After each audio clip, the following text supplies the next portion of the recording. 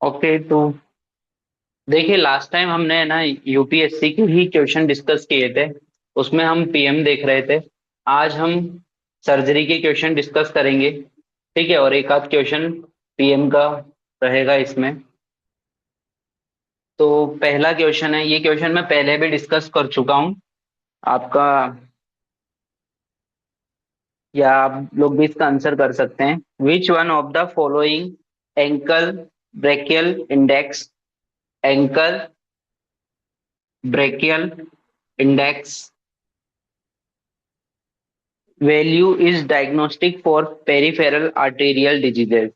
Peripheral arterial diseases question है ये।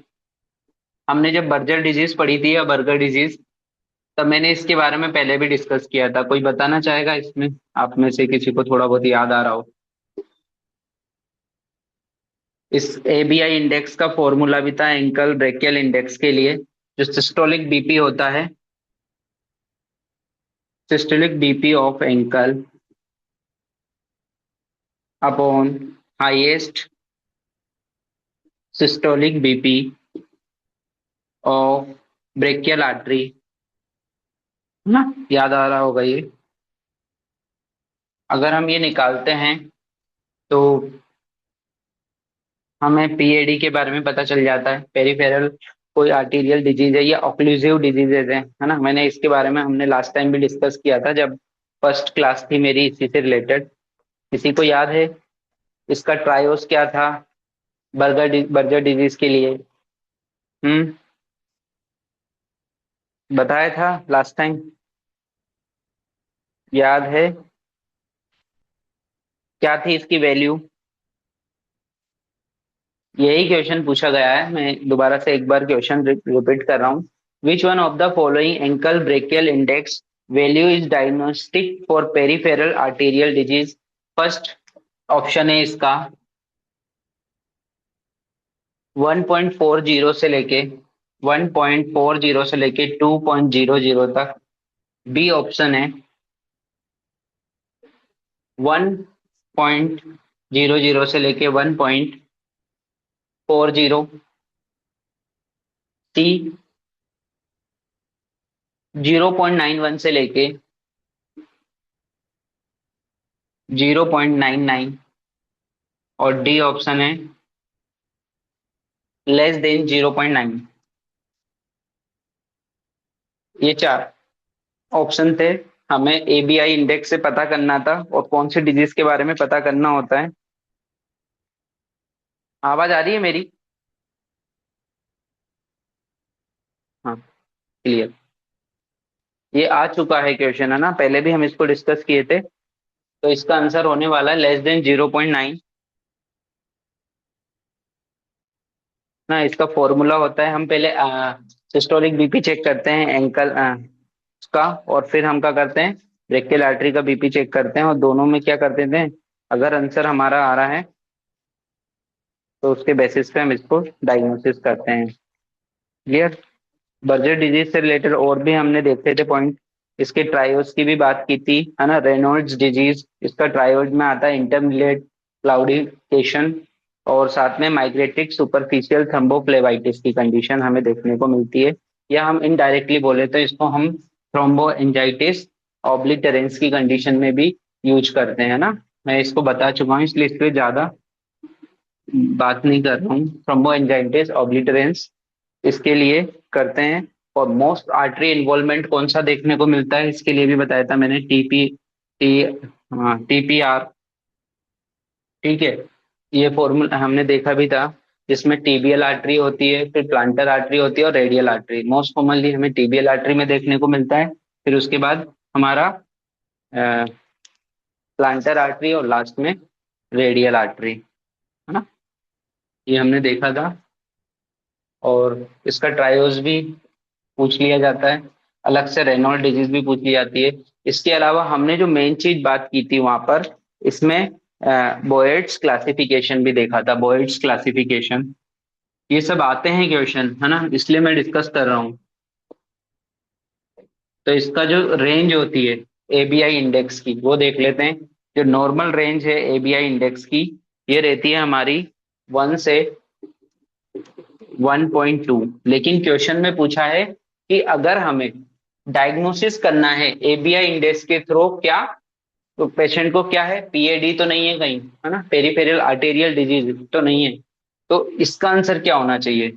यहाँ नॉर्मल की बात नहीं हो रही है, एबनॉर्मल की बात हो रही है। तो जो इसकी एबनॉर्मल बात होती है वो लेस देन कितनी होती है, 0.9 से लेस देन होती है ना। तो यही अपना आंसर हो जाएगा।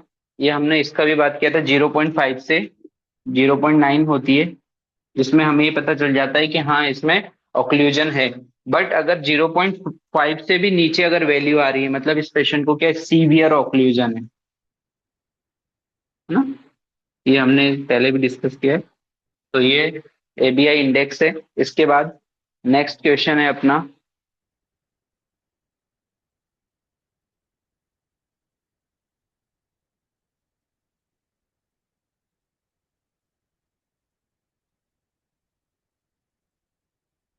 हाँ, the CREST syndrome is associated with the presence of, CREST syndrome is associated with,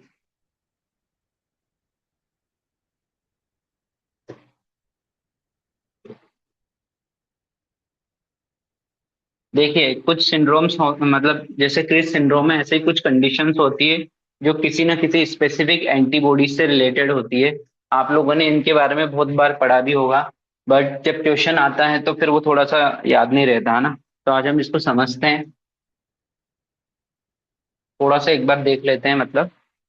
तो the CREST syndrome is associated with,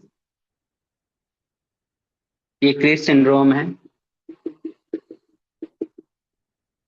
ना, इज एसोसिएटेड विद, पहला ऑप्शन है आपका anti mitochondrial antibody, anti mitochondrial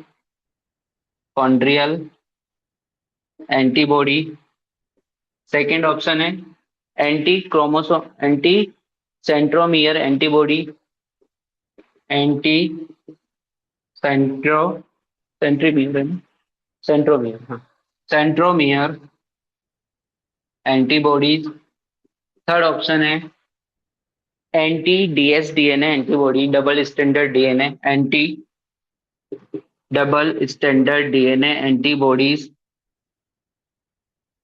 और डी ऑप्शन है anti CCP antibody, anti CCP antibody. CREST syndrome associated होता है with, associated with, ठीक है, एसोसिएटेड विद। तो इनमें से क्या आंसर होगा, बी है। पहले हम देख लेते हैं क्रिस सिन, हेलो, ऑप्शन बी। हाँ, ऑप्शन बी, हाँ सही जवाब है। Anti centromere antibodies is related with the CREST syndrome. CREST syndrome में कौन कौन क्या क्या चीजें आती है, थोड़ा सा इसको डिस्कस करते हैं। तो पहला आता है इसमें कैल्सिनोसिस क्यूटिस, कैल्सिनोसिस क्यूटिस, कई बार आ चुका है ये क्वेश्चन है ना, डिफरेंट पीएससी में पूछा जा चुका है। क्रिस सिंड्रोम जरूर नहीं, एंटी सेंट्रोमियल एंटीबॉडी, ये तो हमें पता ही होना चाहिए। इसके फुल वो भी होना चाहिए कि इसमें होता क्या है। तो कैल्सिनोसिस क्यूटिस के अंदर क्या होता है, deposition of calcium in skin, deposition होने लगता है। रेनॉल्ड्स फिनोमिना, है ना, रेनॉल्ड्स फिनोमिना सबको पता है क्या है, रेनॉल्ड डिजीज और रेनॉल्ड्स फिनोमिना, ये दो चीज होती हैं, रेनॉल्ड्स फिनोमिना, ठीक है। जब भी हम कोल्ड के एक्सपोजर में जाएंगे या स्ट्रेस के एक्सपोजर में जाते हैं, तो जो आर्टरी है हमारी, जो फिंगर्स, जो क्या होता है, बिकम, वो कैसे होने लगती है, व्हाइट से रेड होने लग जाती है ना। ई से ईसोफिजियल डिसमोटिलिटी, ईसोफिजियल डिसमोटिलिटी, यानी कि इसी का फीचर है, क्रिस सिंड्रोम के अंदर ही आता है कि जो डिफिकल्टी इन स्वेलिंग देखने को मिलती है, डिस्फेजिया देखने को मिलता है, due to the reduce oesophageal motility, क्या होने लगती है, कम होने लगती है। ऐसे आपका है स्केलेरो डेक्टाइली, स्केलेरो डेक्टाइली, इसमें क्या होता है, thickening of tightening of the skin over the finger, जो हमारी फिंगर है उसमें स्केलेरोसिस होने लगती है, एक तरह से ऐसे याद रखो। टी से आपका ये तो कॉमन चीज है। टेलेंजेक्टिसिया। ठीक है। कहीं की भी जो आर्टरी फेस वगैरह के आर्टरी वगैरह की जो जो साइज है वो बड़ी होने लगती है, स्पेशली कैपिलरीज में देखने को मिलता है। ठीक है। तो कैपिलरीज वहाँ की डायलेट होने लगती है और वेसल्स हमें थीन होने लगती है वहाँ की, है ना। तो वो कंडीशन देखने को मिलती है इसके अंदर। और ये रिलेटेड होता है, मतलब इसमें स्पेसिफिक एंटी जो देखने को मिलता है हमें एंटीबॉडी, वो एंटी सेंट्रोमियर एंटीबॉडीज देखने को मिलती है। क्लियर। ठीक है। एंटी माइट्रोकॉन्ड्रियल एंटीबॉडीज का क्या मतलब हुआ? इस इसका क्या मतलब होता है? इसका मतलब होता है कि हमारी जो एंटीबॉडीज है डायरेक्टली अगेंस्ट किसके अगेंस्ट है? माइटोकॉन्ड्रियल प्रोटीन्स के अगेंस्ट फॉर्म हो रही है ना। इसका मतलब ये होता है। ठीक है। और ये मैं पढ़ा चुका हूँ। AMA आपको याद होगा, मैंने जब GIT पढ़ाया था, GIT में प्राइमरी कोलेंजाइटिस पढ़ाई थी, biliary cholangitis. Primary biliary cholangitis. ठीक है। ये मैंने तब वहां पे बताया भी था कि इसको याद रखना, ये बहुत इंपॉर्टेंट है इस केस में। ठीक है। तो ये उससे रिलेटेड था। एंटी सेंटोमियर एंटीबॉडीज क्रिस सिंड्रोम से रिलेटेड हो गई आपकी। नेक्स्ट आता है हमारा एंटी DSDN एंटीबॉडी। ये तो अभी कुछ टाइम पहले ही आया था, है ना। मैंने कुछ डबल स्टैंडर्ड, एक हमने नेफ्रोपैथी पढ़ी थी, उसमें मैंने आपको बताया था एक से ल्यूपस नेफ्राइटिस की केसेस में, है ना। ल्यूपस नेफ्राइटिस का क्वेश्चन देखा था हमने कुछ टाइम पहले ही, जब हम डिस्कस कर रहे थे वहां। तो ये SLE के केस में हमेशा anti DSDNA antibodies, double standard DNA antibodies positive आती है। नेक्स्ट आता है एंटी CCP एंटीबॉडी। ये तो कई लोग टेस्ट, कई फिजिशियन कराते भी हैं, है ना, रूमेटॉइड अर्थराइटिस के केस में। रूमेटॉइड अर्थराइटिस के केस में तो ये वही वाला है, anti cyclic stimulated peptide antibody, है ना। इसकी फुल फॉर्म भी पूछ लेते हैं कई बार। क्लियर।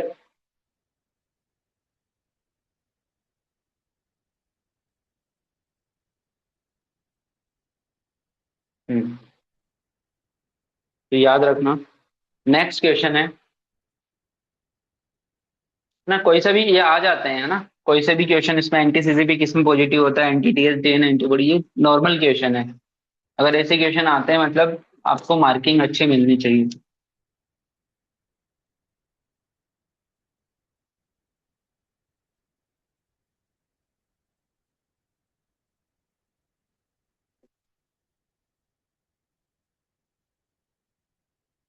मैं अच्छे से याद होगा, AMA हमने पढ़ी हुई थी, ये प्राइमरी बिलियरी कोलेंजाइटिस पढ़ाई थी मैंने आपको। नेक्स्ट क्वेश्चन है आपका, ये थोड़ा सा समझने वाला क्वेश्चन है। इसके मैंने इमेजेस आपको ग्रुप पे भेजे हुए भी हैं कि कौन सा इमेज किस से चीज से रिलेटेड है। तो इसमें क्वेश्चन है ये, a patient present with generalize erythroderma, generalize erythroderma. ठीक है। Next, with sharply demarcated island of unaffected skin, with sharply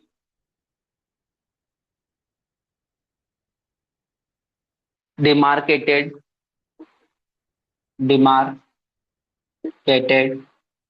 demarcated sorry गलत लिख दी, demarcated island of island of unaffected skin.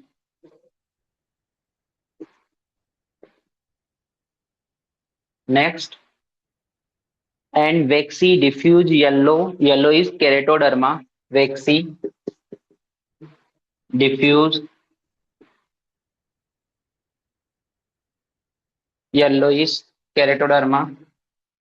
देखिए ये मैं मान के चल रहा हूँ कि आप लोग सबके पास UPSC का पेपर होगा, और जैसे मैं यहाँ क्वेश्चन बोल रहा हूँ तो आप लोग अपने पेपर में निकाल के रख सकते हो पहले ही क्वेश्चन, जिससे आपको थोड़ा सा टाइम ना लगे देखने में।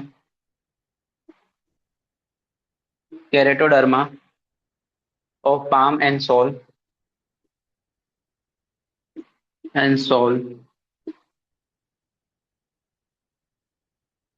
The most likely diagnosis, the most likely diagnosis, हमें डायग्नोसिस बनाना है पेशेंट का। और उसके पास हमें पास पहला ऑप्शन आता है ichthyosis, second atopic dermatitis, atopic dermatitis, मैंने सबके फोटो ग्रुप पे भी डाले हुए हैं, आप उसमें से देख लेना। एटोपिक डर्मेटाइटिस, सी पिट्रियसिस रुब्रा पिलियरिस, पिट्रियसिस रुब्रा पिलियरिस, और डी ऑप्शन है पिट्रियसिस रोजिया, पिट्रियसिस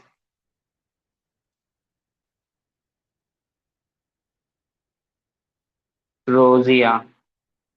इसका आंसर क्या होगा? आपने चारों इमेजेस देख ली होंगी, आंसर क्या होगा इसका? Option A B C D. ठीक है, देखते हैं, हम लोग समझते हैं। देखिए इसमें जो पेशेंट है वो क्या लेके आया है, जनरलाइज इरिथेमा है, मतलब पूरी बॉडी में जनरलाइज रेडनेस है। More than 90% area of body में क्या देखने को मिलता है, रेडनेस देखने को मिल रही है।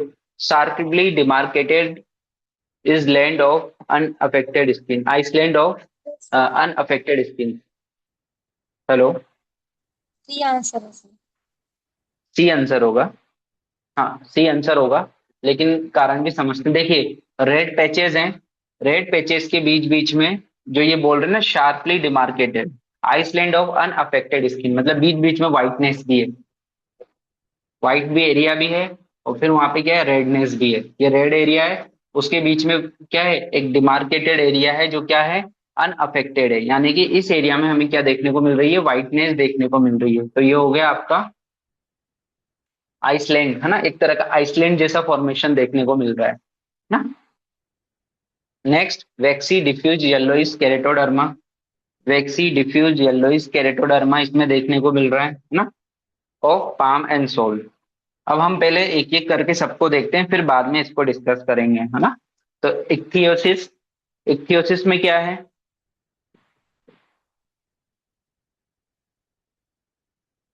इक्थियोसिस में ड्राई स्किन देखने को मिलती है ना।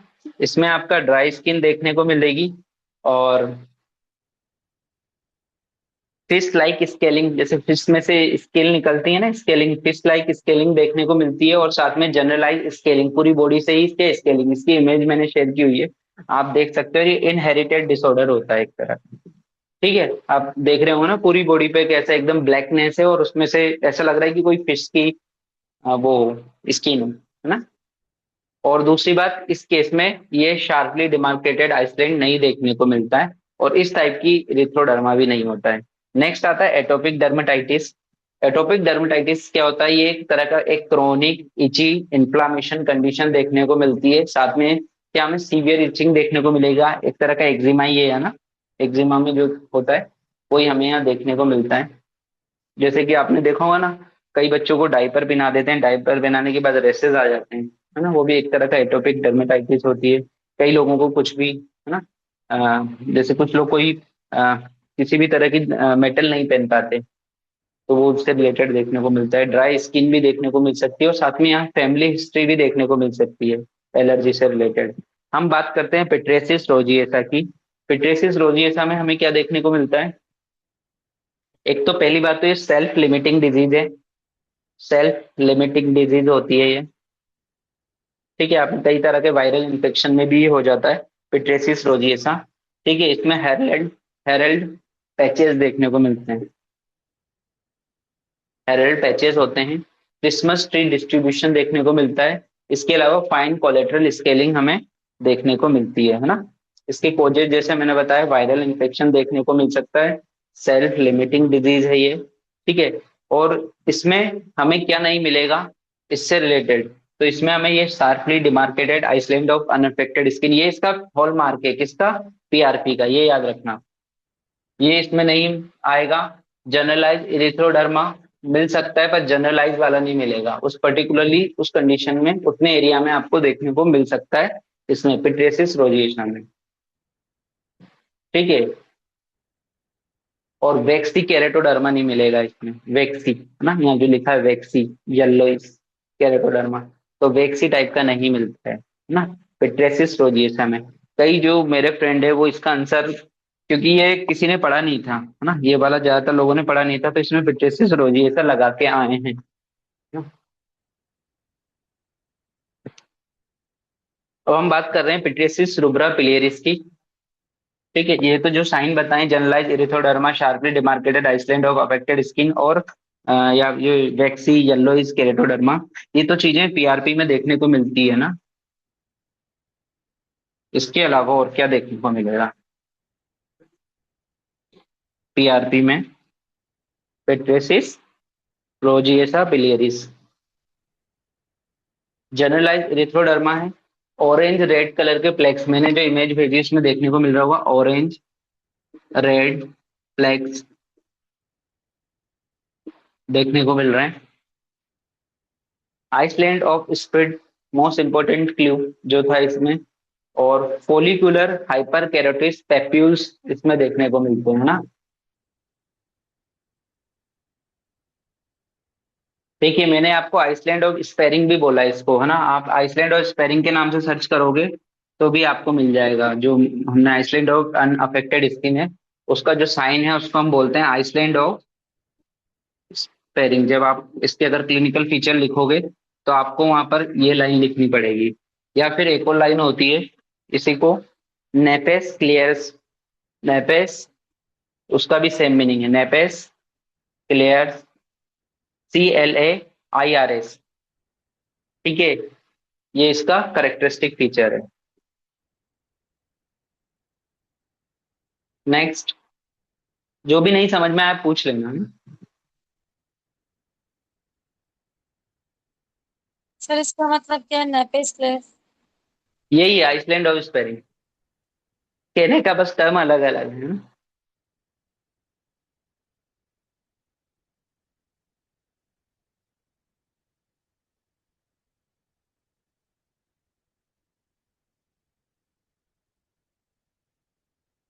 नेक्स्ट है पल्सस पैराडॉक्सस।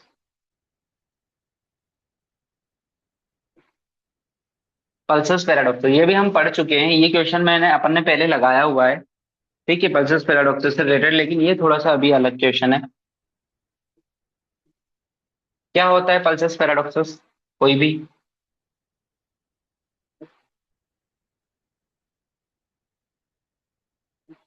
और ट्रायोस भी बताना है इसका, मैंने उस दिन भी बोला था इसका ट्रायोस भी याद होना चाहिए, और पल्सस पैराडॉक्सस होता क्या है ये भी पता होना चाहिए, और कौन कौन सी कंडीशन में देखने को मिलता है ना। उस दिन कार्डियल कौन सा, चलो अभी बताएंगे, पहले आप लोग बताओ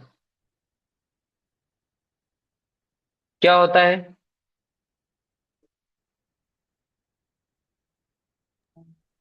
ड्रॉप पर कहने में एजी पर हो जाता है, लो हो जाता fall during,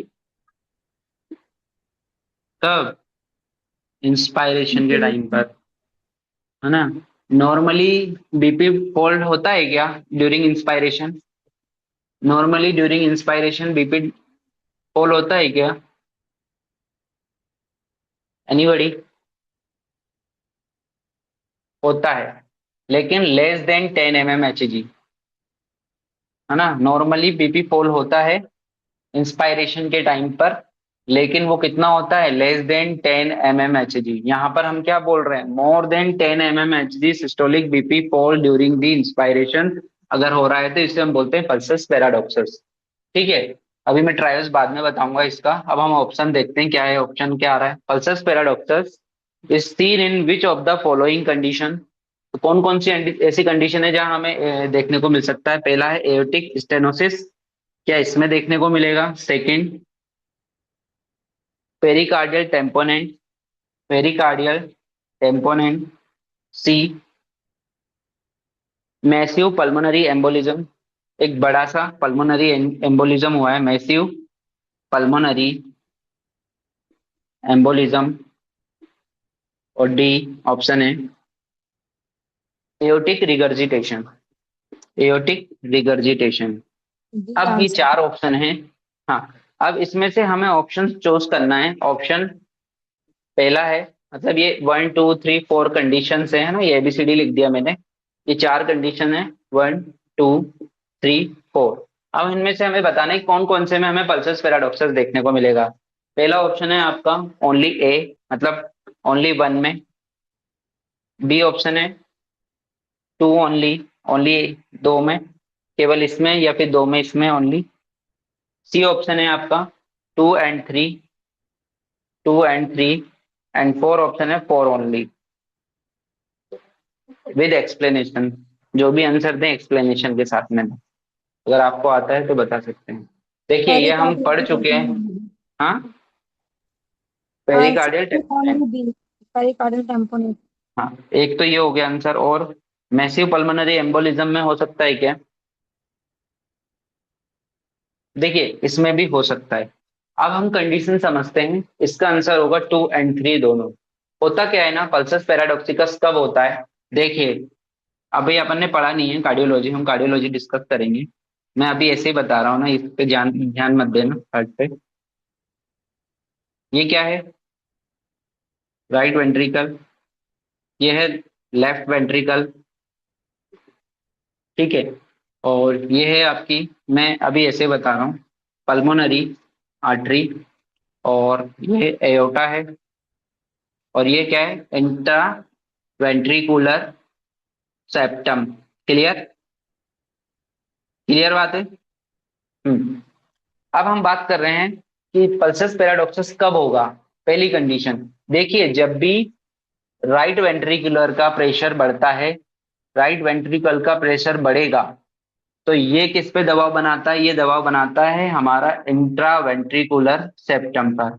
intra ventricular septum. और इंट्रा वेंट्रिकुलर सेप्टम पे जब प्रेशर आएगा, तो वो किस पे प्रेशराइज करेगा? वो करता है लेफ्ट वेंट्रिकल पे। लेफ्ट वेंट्रिकल पे। और जब लेफ्ट वेंट्रिकल पे प्रेशर जाता है यहां से ऐसे, तो जो ड्यूरिंग सिस्टोल क्या होना चाहिए? ब्लड का मतलब ब्लड क्लट जो होना चाहिए, बाहर जाना चाहिए, उतने अमाउंट में नहीं जा पाता है। ठीक है। उसकी वजह से क्या होता है, जो सिस्टोलिक बीपी है वो क्या होता है? अ, अपना फॉल होता है यहाँ पर, ये। ठीक है। सही है। तो पहली कंडीशन हमें क्या देखने को मिल रही है, वो देखते हैं, एओर्टिक स्टेनोसिस। कौन कौन सी कंडीशन है जहां पर इस पे प्रेशर आएगा, पहले हम ये देखते हैं, है ना। राइट वेंट्रिकुलर में इनमें कौन सी कंडीशन है जिसपे राइट वेंट्रिकुलर पे प्रेशर आएगा? तो पहली कंडीशन है एओर्टिक स्टोनोसिस। क्या एओर्टिक स्टोनोसिस की वजह से यहाँ प्रेशर आएगा क्या? अब एओर्टिक स्टोनोसिस कहाँ पे होगा? यहाँ पे, है ना। अगर एओर्टिक स्टेनोसिस यहाँ हो रहा है, तो यहाँ पे प्रेशर आ रहा है क्या? नहीं आ रहा, है ना। तो ये ऑप्शन गलत। पेरिकार्डियल टेम्पोनेंट बिल्कुल सही। यहाँ पर राइट वेंट्रिकुलर पे ये क्या करेगा? शेक है, शेक में प्रेशर आएगा तो ये यहाँ पे क्या करेगा? प्रेशराइज करेगा। प्रेशराइज करेगा तो सेम वही प्रेशर कहाँ जाएगा? लेफ्ट वेंट्रिकल पे। Second condition massive pulmonary embolism. अब यहाँ पर कुछ फंसा हुआ है ना। एम्बोलिज्म है, अब प्रेशर किस पे आएगा? राइट वेंट्रिकुलर पे। क्यों? क्योंकि ये ब्लड को जाने ही नहीं देगा आगे की तरफ। यहाँ जब ब्लड को आगे नहीं जाने देगा तो राइट वेंट्रिकुलर पे, राइट वेंट्रिकल से इंट्रावेंट्रिकुलर सेप्टम, और इंट्रावेंट्रिकुलर सेप्टम लेफ्ट वेंट्रिकुलर पे प्रेशर आएगा। ठीक है। तो ये और एयरटिक रिगर्जिटेशन। ठीक है। यहाँ पे ब्लड आ रहा है, ये डायस्टोलिक के टाइम पे इस पे प्रेशर आएगा, डायस्टोलिक, ना कि कब? सिस्टोलिक के टाइम पे। एयरटिक रिगर्जिटेशन में प्रेशर कब आएगा? ड्यूरिंग डायस्टोल ना। तो ये ऑप्शन भी नहीं होगा। तो टू और थर्ड इसका ऑप्शन होगा। थोड़ा सा मैं इसको और समझा देता हूँ। क्लियर, है ना। Fall in systolic BP more than 10 mmHg during the inspiration, इसको हम बोलते हैं पल्सस पैराडॉक्सिकस। ठीक है। नॉर्मली जो बीपी फॉल होता है वो लेस देन 10 mmHg होता है ड्यूरिंग इंस्पायरेशन। और पल्स पैराडॉक्सिस में मोर देन 10 mmHg। याद रखना, बार बार फोकस कर रहा हूँ, इसका मतलब कुछ होगा, है ना। देखिए इसमें नॉर्मली क्या होता है ना, लेफ्ट वेंट्रिकल क्या होता है, इसमें जब भी इस पे प्रेशर आएगा तो ये क्या होने लगेगा? छोटा होने लगता है, ये लेफ्ट वेंट्रिकल। मैं इसको थोड़ा सा इमेज को और समझाता हूँ। ये राइट वेंट्रिकल है, इसने इंटरसेप्टल इंट्रावेंट्रिकुलर सेप्टम पे प्रेशर किया, और ये प्रेशर किस पे जाएगा? लेफ्ट वेंट्रिकल पे। और जब लेफ्ट वेंट्रिकल पे प्रेशर जाता है, तो मान लीजिए अब लेफ्ट वेंट्रिकल की साइज ये है, तो अब कैसी हो जाएगी, ये इस तरह से हो जाएगी, छोटी हो जाएगी। ठीक है। तो नॉर्मली क्या होगा, जब बीपी नीचे, सिस्टोलिक बीपी क्या हो जाएगा ड्यूरिंग दी कॉन्स्ट्रिक्शन, कि पूरा फुलफिल ही नहीं होगा। जब फुलफिल ही नहीं होगा तो कहाँ, normally more than 10 mm Hg, आपका सिस्टोलिक बीपी क्या हो जाएगा, कम हो जाएगा। क्लियर। एओर्टिक स्टेनोसिस के केस में हमें क्या देखने को मिलता है, क्या हो रहा है, एओर्टिक वॉल्व नैरो हो रहा है ना, जिसकी वजह से क्या जनरेट होता है, pulsus parvus et tardus, slow rising pulse, है ना। पल्सस, ये मैं पढ़ाऊंगा सब जब हम कार्डियोलॉजी पढ़ेंगे। पल्सस परवस एट टार्डस, ये हमें कब देखने को मिलता है, एओर्टिक स्टेनोसिस के केस में, ये भी याद रखना। स्लो राइजिंग पल्स होती है इसमें। और जो इसमें मरमर मरमर सुनाई देती है एओर्टिक स्टेनोसिस में, वो कौन सी मरमर होती है, इजेक्शन सिस्टोलिक मरमर आती है ना, ejection, ejection systolic murmur. Next, pericardial tamponade. इसमें तो क्या हो रहा है, वही हमारा जो एक्यूमुलेशन हो रहा है ना फ्लूइड का, कहाँ पर, पेरिकार्डियल सेक में। पेरिकार्डियल सेक में एक्यूमुलेशन की वजह से वही राइट वेंट्रिकुलर पर प्रेशर जाएगा। थर्ड केस हो ही गया, है ना। और इसका ट्रायोस क्या होता है, बैक, मैंने इसके केस में बताया भी था ना, ट्रायोड, बैक ट्रायोड ना, जब हमने पढ़ा भी था। कार्डियो टेम्पोनेंट या पेरिकार्डियल टेम्पोनेंट। हाइपोटेंशन, हाइपोटेंशन हुई, हाइपोटेंशन, राइज ऑफ जेवीवीपी। ठीक है। और muffled heart sound, muffled heart sound, ये इसका तीनों फीचर है। Hypotension, rise, JVP, jugular vein pressure, और साथ में मफल्ड हर्ट साउंड देखने को मिलता है। बैक स्ट्राइड बोलते हैं इसको, और ये हमें कार्डियक टेम्पोनेंट में देखने को मिलता है। जो मैंने शुरू में ट्राइड पूछा था ना, कौन सी कंडीशन में देखने को मिलेगा, तो बैक ट्राइड देखने को मिलेगा, और वो किसमें देखने को मिलता है, पेरिकार्डियल टेम्पोनेंट में। नेक्स्ट, मैसिव पल्मोनरी एम्बोलिज्म, तो ये तो क्लियर ही है। उसके बाद में एओर्टिक रिगर्जिटेशन। एओर्टिक रिगर्जिटेशन के केस में आपको जो हर्ट साउंड, मतलब जो आपको पल्स देखने को मिलती है, वाटर हेमरिंग पल्स देखने को मिलती है ना, वाटर हेमरिंग पल्स, ये इसे कोलेप्सिंग पल्स भी बोलते हैं। कोलेप्सिंग पल्स पढ़ा होगा आपने ये। It's a feature of aortic regurgitation.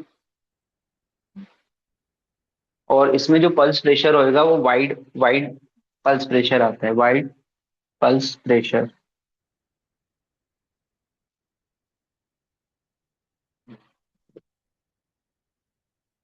इसके अलावा हमें पल्स पैराडॉक्सस कहाँ कहाँ देखने को मिलता है, तो दो कंडीशन तो हमारे पास हो ही गई।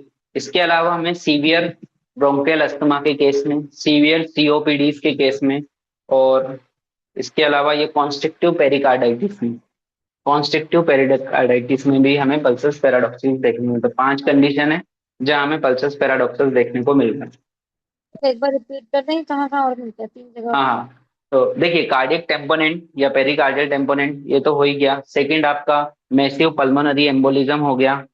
ठीक है। थर्ड आपका सीवियर ब्रोंकियल अस्थमा हो गया। और सीवियर सीओपीडी, मैंने देखो मैंने जब पढ़ाया था तब भी बताया था कि सीओपीडी से पहले क्या था, सीओपीडी के अंदर अस्थमा को लेते थे। अब अस्थमा को अलग से ही कर दिया गया है, अब अस्थमा पार्ट नहीं है ना सीओपीडी का। तो सीओपीडी और सीवियर अस्थमा, और इसके अलावा कॉन्स्ट्रिक्टिव पेरिकार्डाइटिस, कॉन्स्ट्रिक्टिव पेरिकार्डाइटिस, इसलिए मैंने अलग से सीओपीडी बोला और अलग से अस्थमा बोला है। ये मैं जब रेस्पिरेटरी, जब फर्स्ट टाइम मैंने जब पहले पढ़ाई थी तब बताया था। नेक्स्ट क्वेश्चन है,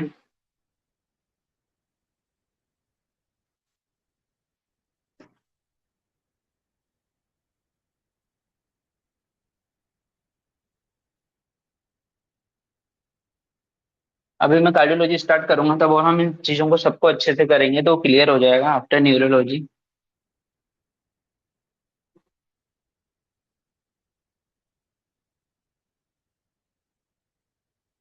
बैक स्ट्राइड याद रखना आता है, कौन सी कंडीशन में होता है ये भी पूछा जाता है, और ये हम देख भी चुके हैं, है ना। अब डाइवर्टिकुलर डिजीज से रिलेटेड क्वेश्चन है, which of the following statement regarding the diverticular disease are correct. Diverticular disease में कौन कौन से स्टेटमेंट है जो सही है।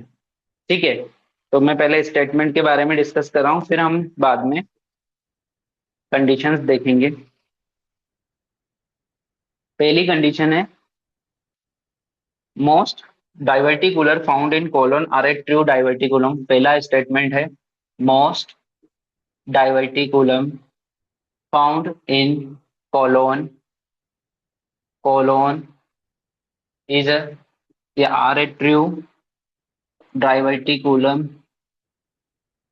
या ट्रू डाइवर्टिकुला। क्या जितने भी कोलोन में डाइवर्टिकुलम पाए जाते हैं वो सब ट्रू डाइवर्टिकुला होते हैं। Second statement, hypertension is the hypertension is the increase the risk of increase the risk of diverticulum bleeding, है ना, diverticulum bleeding। थर्ड स्टेटमेंट है इन Asian population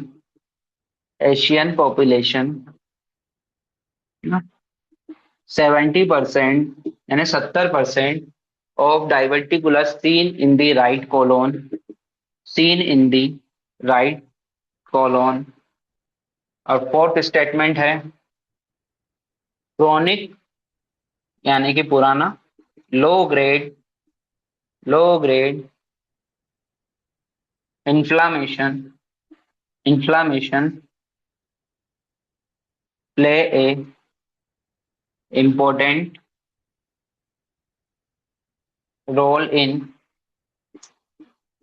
in development of dysmotility dysmotility. तो ये diverticula से related है। अब इसके option देखिएगा। Option A 1 2 3, option B 1 3 and 4, option C 2 3 and 4, 2 3 and 4, और ऑप्शन डी 1 2 and 4। बताइए क्या आंसर होगा इसका। Option A. Option A. और कोई। देखिए, हम डाइवर्टिकुला की जब भी बात करते हैं तो इसमें पूछ रहे हैं कि मोस्ट जो diverticula in colon are the true diverticula. देखिए, जितने भी डाइवर्टिकुला होते हैं कोलोन में ये फॉल्स डाइवर्टिकुला होते हैं। फॉल्स डाइवर्टिकुला होते हैं। ठीक है, ट्रू डाइवर्टिकुला केवल एक है, जिसने आपने मेकल्स डाइवर्टिकुलम का नाम सुना होगा। तो मेकल्स डाइवर्टिकुलम ओनली कोलोन के अंदर एक अकेला डाइवर्टिकुला होता है, जो क्या होता है, एक ट्रू डाइवर्टिकुला है। अब ट्रू डाइवर्टिकुला होता क्या है। तो ट्रू डाइवर्टिकुला का मतलब होता है कि जो all layer of the intestine, यानी कि ऑल लेयर ऑफ इंटेस्टाइन। कौन कौन सी लेयर होती है इंटेस्टाइन में। म्यूकोसा, सब म्यूकोसा, मस्कुलरिस एंड सिरोसा, है ना, हमने पढ़ी है ये अच्छे से, इनका डायग्राम भी बना के पढ़ा था। Muscularis and serosa. जब चारों लेयर उस डाइवर्टिकुला का पार्ट होती है तो उसे हम क्या बोलते हैं, ट्रू डाइवर्टिकुला। बट याद रखना, जितने भी इसमें पूछा most diverticula in colon are a true diverticula, तो ये स्टेटमेंट गलत है। क्या अगर स्टेटमेंट होती most diverticula in colon are a false diverticula, हाँ तो ये राइट होता। फॉल्स डाइवर्टिकुला क्या होता है, फॉल्स डाइवर्टिकुला वो डाइवर्टिकुला होता है जिसमें केवल सब म्यूकोसा प्लस सब म्यूकोसा का इन्वॉल्वमेंट होता है, तो उसे हम पोस्ट डाइवर्टिकुला देखने को मिलते हैं। नेक्स्ट ऑप्शन है अपने पास, यहाँ नेक्स्ट स्टेटमेंट है hypertension are the increase the risk of bleeding. तो ये बिल्कुल ट्रू स्टेटमेंट है। जो डाइवर्टिकुला की ब्लीडिंग होती है ना, उसमें हाइपरटेंशन एक बहुत बड़ा रिस्क फैक्टर आता है जो ब्लीडिंग करा सकता है। ये एकदम, और भी कारण है, मैं अभी और भी बताऊंगा, पर एक हाइपरटेंशन उसमें है ना। Next, Asian population are 70% related with the right colon diverticula. हाँ, ये एकदम सही बात है। कि एशियन जो पॉपुलेशन है उसमें राइट कोलोन में ज्यादा डाइवर्टिकुलम देखने को मिलते हैं, स्पेशली हमारा सीकम रीजन में और असेंडिंग कोलोन में। ठीक है, असेंडिंग कॉलोन में एशियन पॉपुलेशन। और जो वेस्ट कंट्रीज हैं, है ना, जो यूरोपियन कंट्रीज या वेस्टर्न कंट्रीज हैं, उनमें जो डाइवर्टिकुलम देखने को मिलता है वो लेफ्ट साइड ज्यादा देखने को मिलता है, left side specially sigmoid colon, है ना, ये याद रखना। तो ये स्टेटमेंट भी राइट है, hypertension is the risk factor of bleeding, ये भी राइट है। अब हम बात कर रहे हैं fourth statement, chronic low grade inflammation play a important role in the diverticulum of dysmotility. हाँ, ये भी सही स्टेटमेंट है कि जब भी देखोगे, मतलब ये डिसमोटिलिटी की जब भी बात आएगी, अभी तो हम डाइवर्टिकुला देख रहे हैं इसलिए यहाँ पे बात कर रहे हैं। जब भी क्रोनिक लो ग्रेड इन्फ्लामेशन होता है उससे आपकी जो जीआईटी की मोटिलिटी है वो हमेशा अफेक्टेड होती है। इस केस में भी क्या होगा, अफेक्टेड होगी, स्पेशली कौन सी लेयर अफेक्शन देखने को मिलता है हमें, इंटेस्टाइन में। जब भी क्रोनिक लो ग्रेड इन्फ्लामेशन होता है तो जो वहाँ की न्यूरॉन्स है और वहाँ की जो मसल्स हैं, है ना, न्यूरॉन और मसल्स, यही दो चीजें हमने बहुत सारी चीजें पढ़ी हैं जहां पर हमने न्यूरॉन्स की बात की थी और हमने मस्कुलर लेयर की भी बात की थी। ठीक है, इंटेस्टाइनल मोटिलिटी से रिलेटेड बहुत सारी चीजें पढ़ी थी।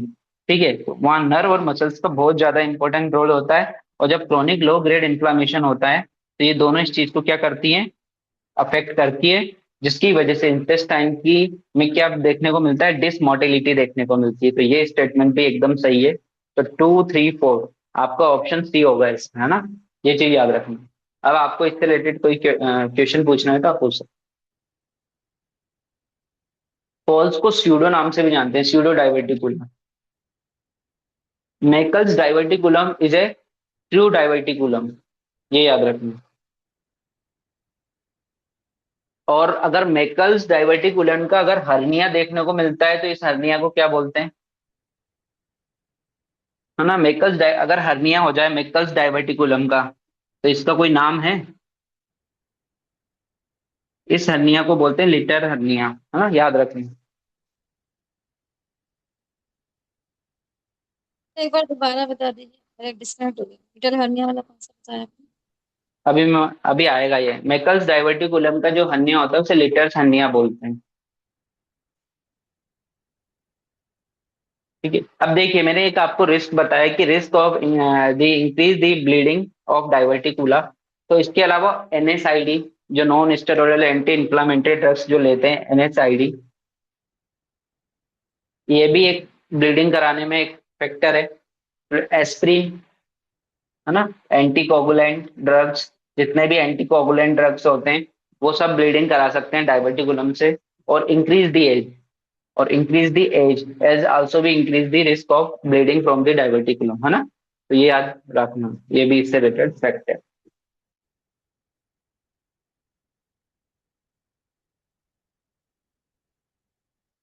वेस्टर्न कंट्रीज में सिग्मोइड कोलोन में देखने को मिलता है diverticulum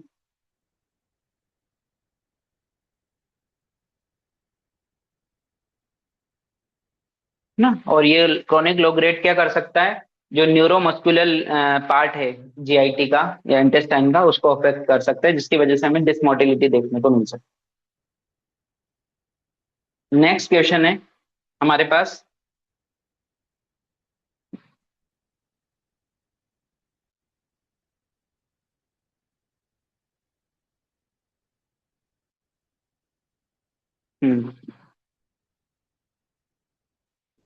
content of Richter's hernia.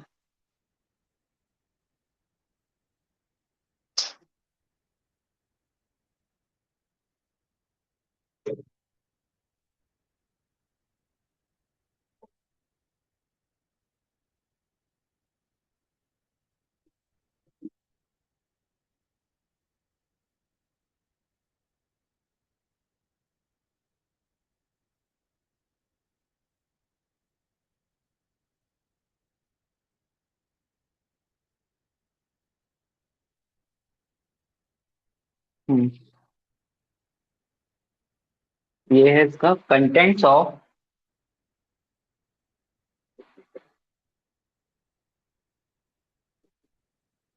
Wrist hernia, एक second polar.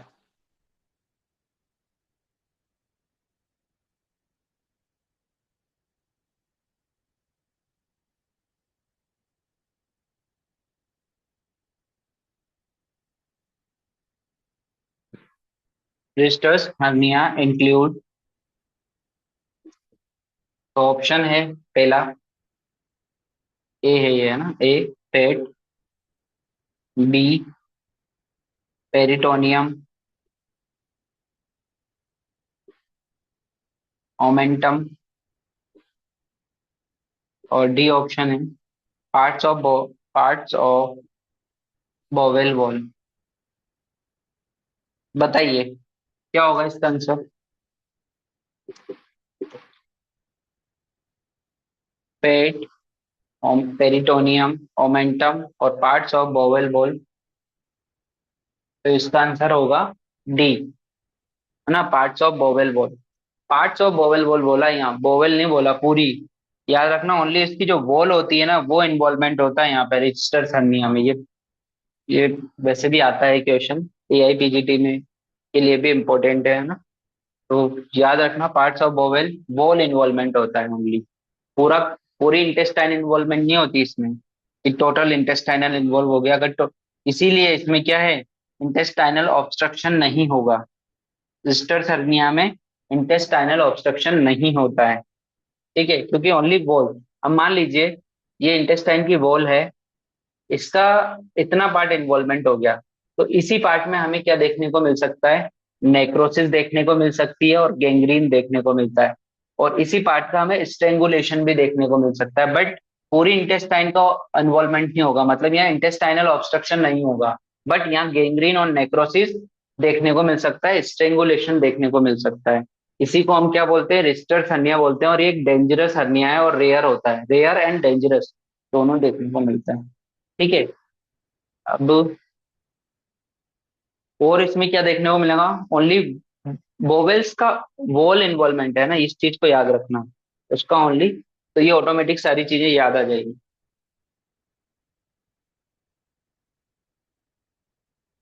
Intestinal obstruction absent देखने को मिलेगा, बिल्कुल इस चीज को याद रखना। नेक्स्ट क्वेश्चन इस तरह से ही फॉर्म होगा।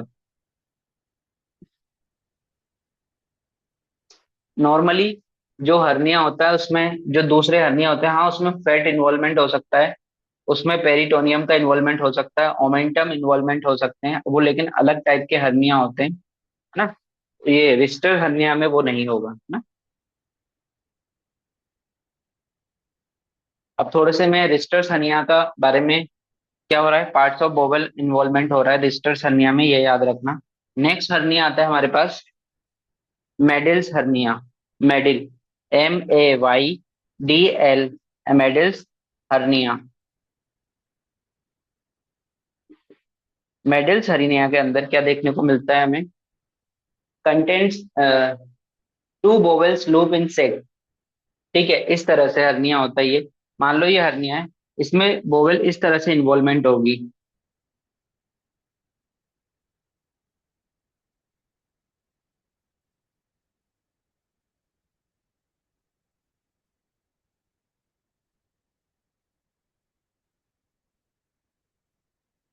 ठीक है, ये हर्निया, तो क्या शेप बन रही है ये मेडल्स हर्निया में, ये डब्लू शेप। ये वो वाला डब्लू नहीं है, कौन सी मूवी थी वो, उसमें डब्लू को ढूंढते हैं सब, है ना। लेकिन इसको भी बोलते हैं W shape hernia, W shape hernia. Medals hernia का ही नाम है। इसमें टू लूप्स बन रहे हैं बोवेल्स के अंदर, अगर आप देखो सही से, तो two bowel loops in a sac, middle loop because strangulated. और यहाँ पे क्या हो रहा है, ये स्ट्रेंगुलेशन फॉर्मेशन हो गया, स्ट्रेंगुलेट हो गया ये। ठीक है, इसकी वजह से फॉर्मेशन होता है ये। और जो इसका शेप होता है वो डब्लू देखने को मिलता है। एंड लिटर्स हर्निया क्या हो गया, लिटर्स हर्निया क्या होगा, hernia of Meckel's diverticulum. Sliding hernia, sliding hernia,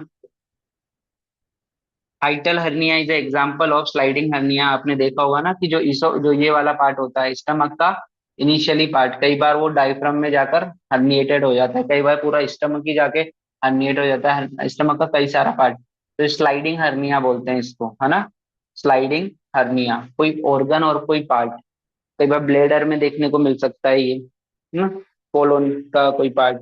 तो sliding hernia is the wall of sac formed by an organ. जब भी कोई ऑर्गन का हर्निया होता है उसे हम स्लाइडिंग हर्निया बोलते हैं। नेक्स्ट होता है Pantaloons, Pantaloons hernia. Pantaloons shopping mall की बात नहीं हो रही है, पेंटालून हर्निया। तो पेंटालून हर्निया क्या होता है, जब सेम साइड, यानी कि एक ही साइड में, जब डायरेक्ट इंग्वाइनल हर्निया और इनडायरेक्ट इंग्वाइनल हर्निया एक साथ देखने को मिलता है तो उसे हम पेंटालून हर्निया बोलते हैं। क्लियर।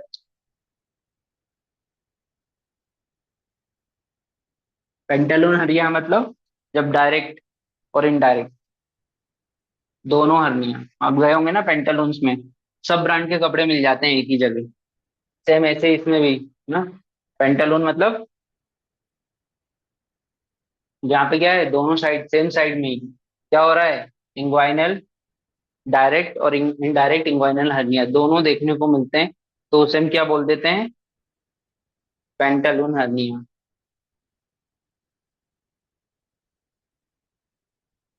तो आज के लिए इतने काफी हैं, फिर नेक्स्ट क्लास में डिस्कस करेंगे। आप पूछ सकते हो अपने क्वेश्चंस।